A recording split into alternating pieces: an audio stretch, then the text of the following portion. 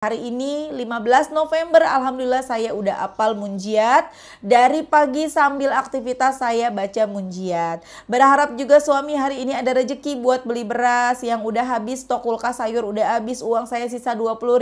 Sore jam 5 sambil nyusuin bayi pas saya sholawat munjiat yang ke-100, tiba-tiba HP saya bunyi, Kak Mel, saya buka WA dari suami dan alhamdulillah Kak Mel, Masya Allah, the power of munjiat.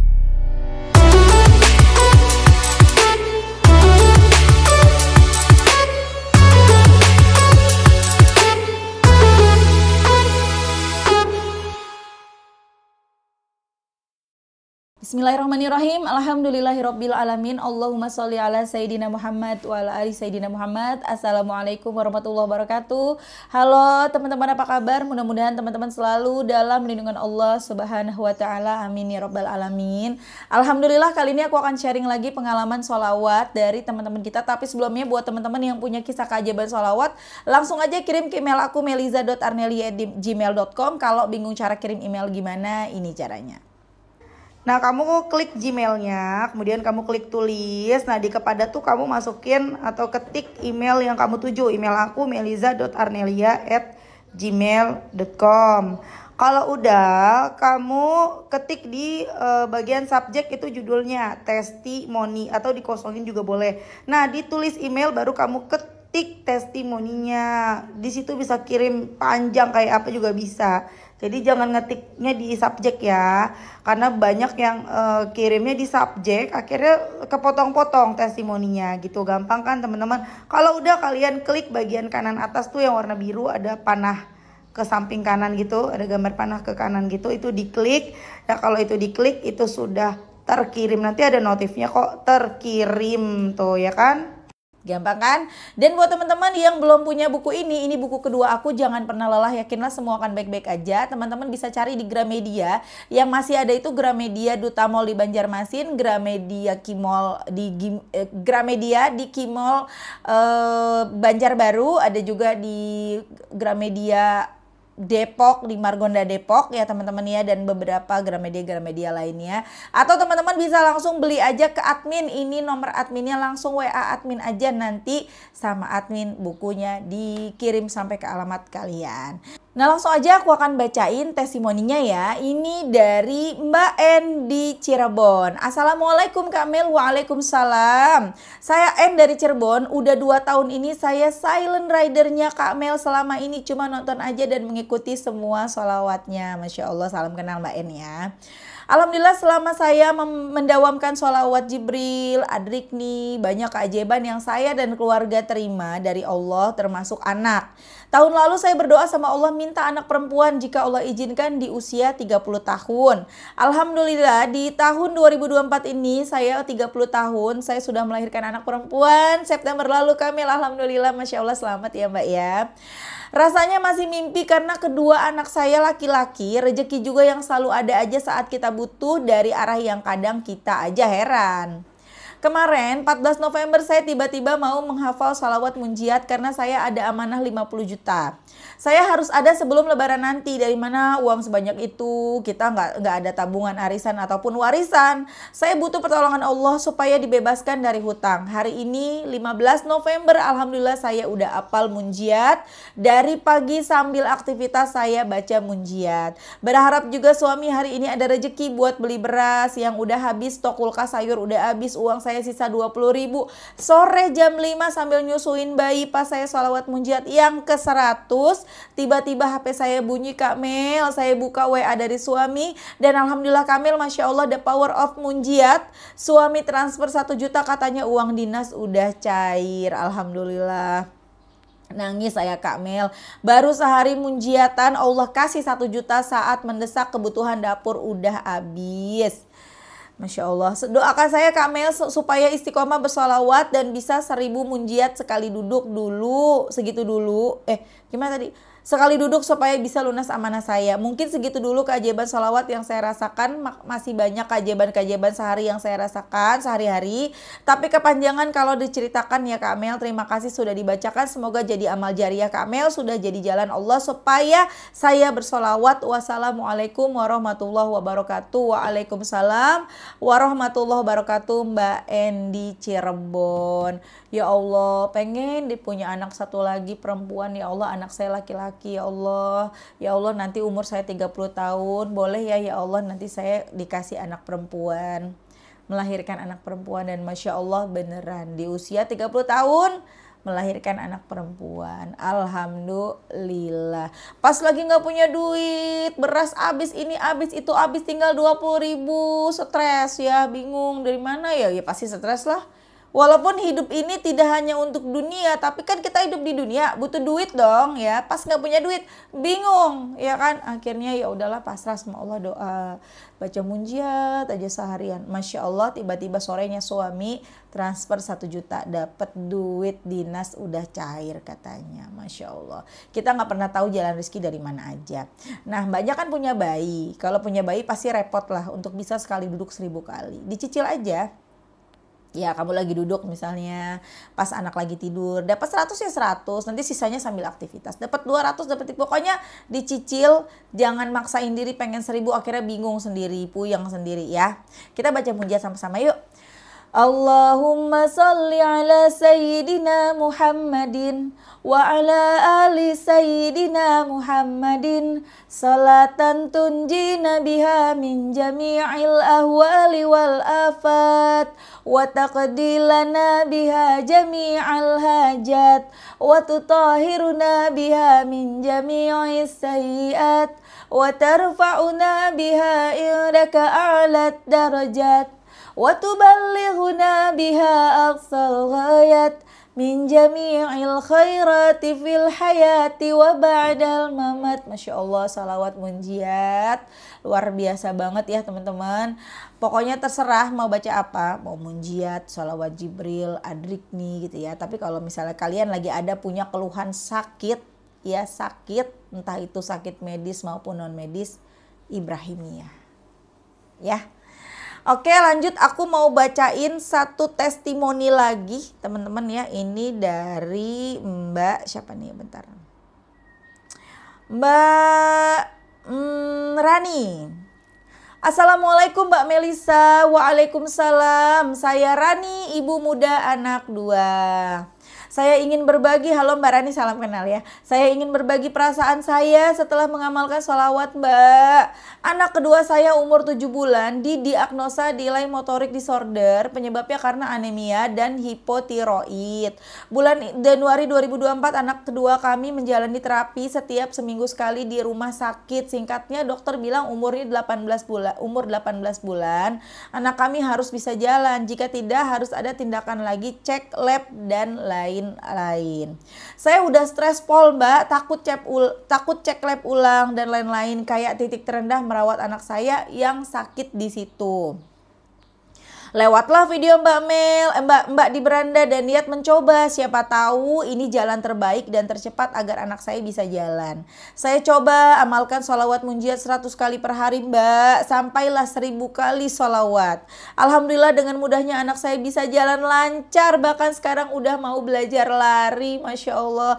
Kemarin hasil lab terakhir juga bagus. Tiroidnya sudah normal. Masya Allah. Terima kasih ya Mbak sudah berkenan membuat konten yang super manfaat itu. Semoga barokah Mbak, sehat selalu. Amin, amin. Masya Allah ya. Selamat ya Mbak Rani, Masya Allah. The power of salawat munjiat Mbak. Samaan nih, kita baca munjiat lagi deh ya. Ini sama-sama the power of munjiat soalnya ya. Allahumma salli ala sayyidina Muhammadin wa ala ali sayyidina Muhammadin salatan tunjina biha min jami'il ahwali wal afat wa taqdilana biha jami'al hajat wa tutahhiruna biha min jami'is sayyiat wa tarfa'una biha indaka a'lat darajat wa tuballighuna biha aqsal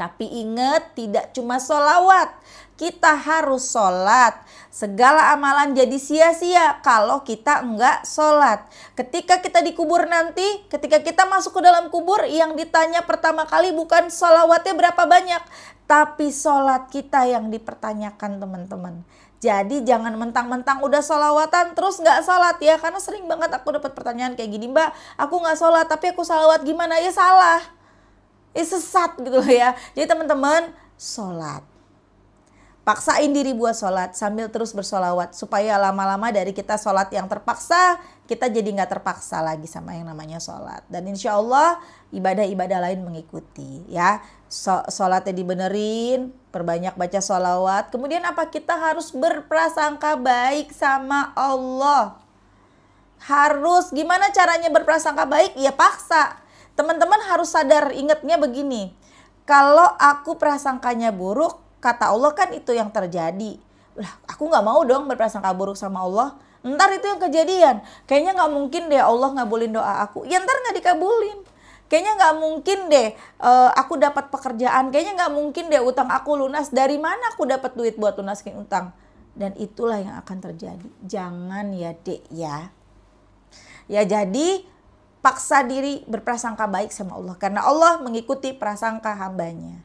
Kemudian apa? Kita harus ikhlas. Kita ikhlas menerima apa yang terjadi dalam hidup kita hari ini. Karena itu adalah takdir terbaik dari Allah untuk kita atas apa yang udah kita lakukan di masa lalu. Dulunya kita nih jarang sholat, kita malas sholat, kita bandel segala macam. Hari ini keadaan kita mungkin tidak baik-baik aja. Tapi itu udah yang terbaik dari Allah. Mungkin hari ini kita susah, hari ini kita sakit, hari ini kita banyak masalah. Tapi itu yang terbaik dari Allah. Salah sendiri kemarin kenapa jauh dari Allah gitulah teman-teman ya. Salah sendiri kenapa dulunya bandel kan gitu. Tapi ya semua manusia berproses. Dan kalau sekarang kalian ini hidupnya alhamdulillah bahagia, baik-baik aja, keadaannya baik.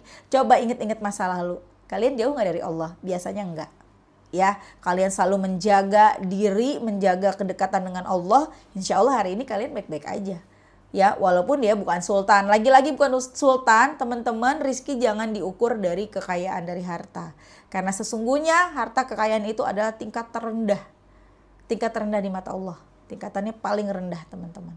Ya, tapi jangan juga dijadikan kalimat putus asa. Itu mah rendah banget tuh kekayaan. Yang penting bisa ibadah kayak aku. Nah, jadi sombong jangan ya. Oke, teman-teman, makasih udah nonton. Semoga bermanfaat dan jadi motivasi buat teman-teman. Kita doakan semoga teman-teman yang ngasih testimoni, aku udah lupa lagi nama-namanya ya. Semoga lancar terus rezekinya, dimudahkan segala urusannya. Amin. Dan semoga teman-teman yang nonton rezekinya barokah, doa-doanya segera diijabah. Amin amin ya rabbal alamin. Assalamualaikum warahmatullahi wabarakatuh.